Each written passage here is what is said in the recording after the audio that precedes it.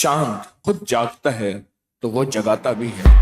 Hormonal نظام مردوں اور خواتین کے اس پہ بہت زیادہ اثر ہوتا ہے۔ اس کا خواتین پر بھی اثر ہوتا ہے اور بچوں پر بھی اثر ہوتا ہے، اور ان کے ہارمونز پہ اثر ہوتا ہے، اور بچوں کی عادات، چچڑاپن، ان کے مزاج اور ان کی طبیعتوں پہ اثر پڑتا ہے۔ ننگا سر ننگا آسمان۔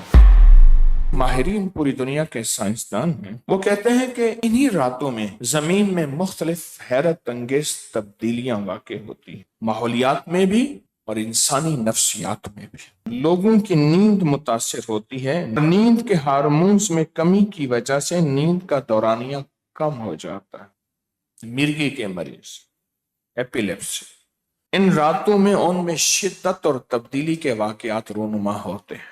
نفسیاتی مریض، خاص طور پہ شیزوفرینیا کے مریضوں میں علامات شدت اختیار کر جاتے ہیں، اور سائنس کہتی ہے کہ پوری دنیا میں جرائم بڑھ جاتے ہیں، خون کی لہریں، خون کا دوران بڑھ جاتا ہے، غصہ جلال بڑھ جاتا ہے، قتل و غارت، چوری اور وارداتیں بڑھ جاتی ہیں۔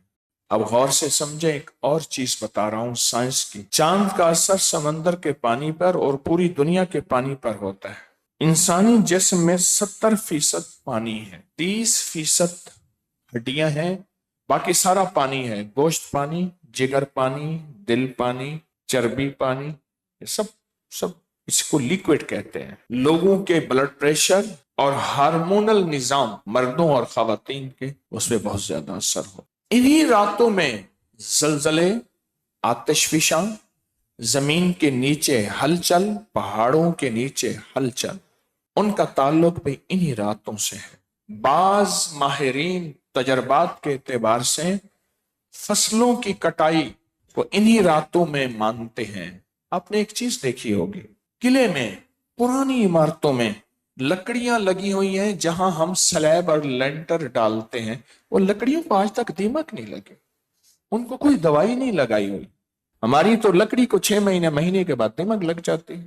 وہ ایک خاص وقت ہوتا ہے، خاص لمحہ ہوتا ہے، خاص موسم ہوتا ہے جس وقت وہ درخت کاٹا جاتا ہے۔ اس کے اندر مٹھاس زمین میں ہوتا ہے، کڑواہٹ درخت میں ہوتی ہے، بس وہی کڑواہٹ مطلوب ہے، جس میں مٹھاس نہیں ہوگا دیمک نہیں جائے۔ چاند کی 14 تاریخ کو عام طر پورے چاند کا دن ہے۔ اس کے قریب ترین دن 13، 14، 15 ہوتے ہیں۔ اس دن چاند مکمل روشن ہوتا ہے اور زمین، سورج اور چاند ایک سیت میں ہوتے ہیں۔ چاند زمین پر کشش ثقل ڈالتا ہے، جو سمندر کے پانی پر سب سے زیادہ اثر انداز ہوتا ہے، اور چاند کی 14 تاریخ کو چاند اور سورج ایک سیدھ میں ہوتے ہیں، اس لیے اس دن لہریں بہت اونچی ہوتی، بڑے بڑے جہاز رک جاتے ہیں۔ اور پوری تاریخ نے یہ بات بتائی ہے کہ ان 3 دنوں میں بڑے بڑے جہاز سمندر کھا گیا۔ آپ ایک چیز محسوس کریں، ہماری روحانیت، تعویذات اور عملیات کی کتابوں میں جتنے بھی چلے ہیں وہ ان چاند کی راتوں میں ہیں۔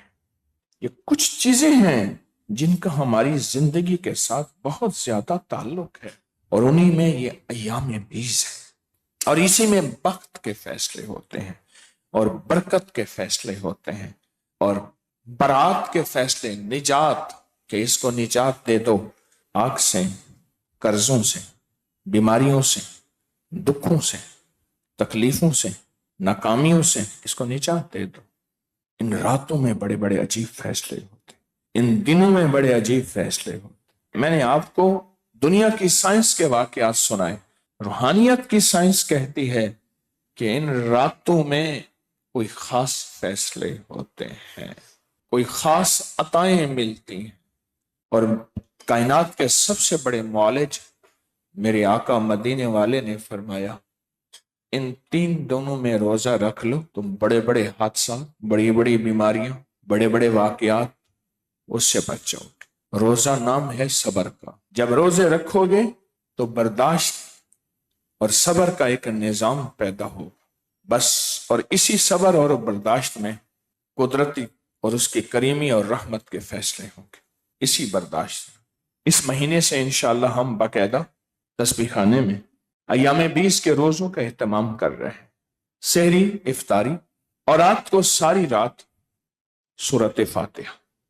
ننگا سر ننگا آسمان، لیکن یہ شرط خواتین کے لیے نہیں۔ اس کی بہت زیادہ تاثیر ہے، اس کی بہت زیادہ طاقت ہے اور بہت زیادہ قوت ہے۔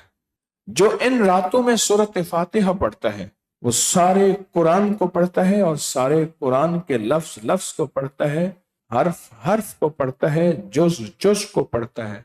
کیوں؟ جو سارے قرآن میں ہے وہ سب سورۃ فاتحہ میں ہے، جو سب سورۃ فاتحہ میں ہے وہ ایاک نعبد و ایاک نستعین میں ہے۔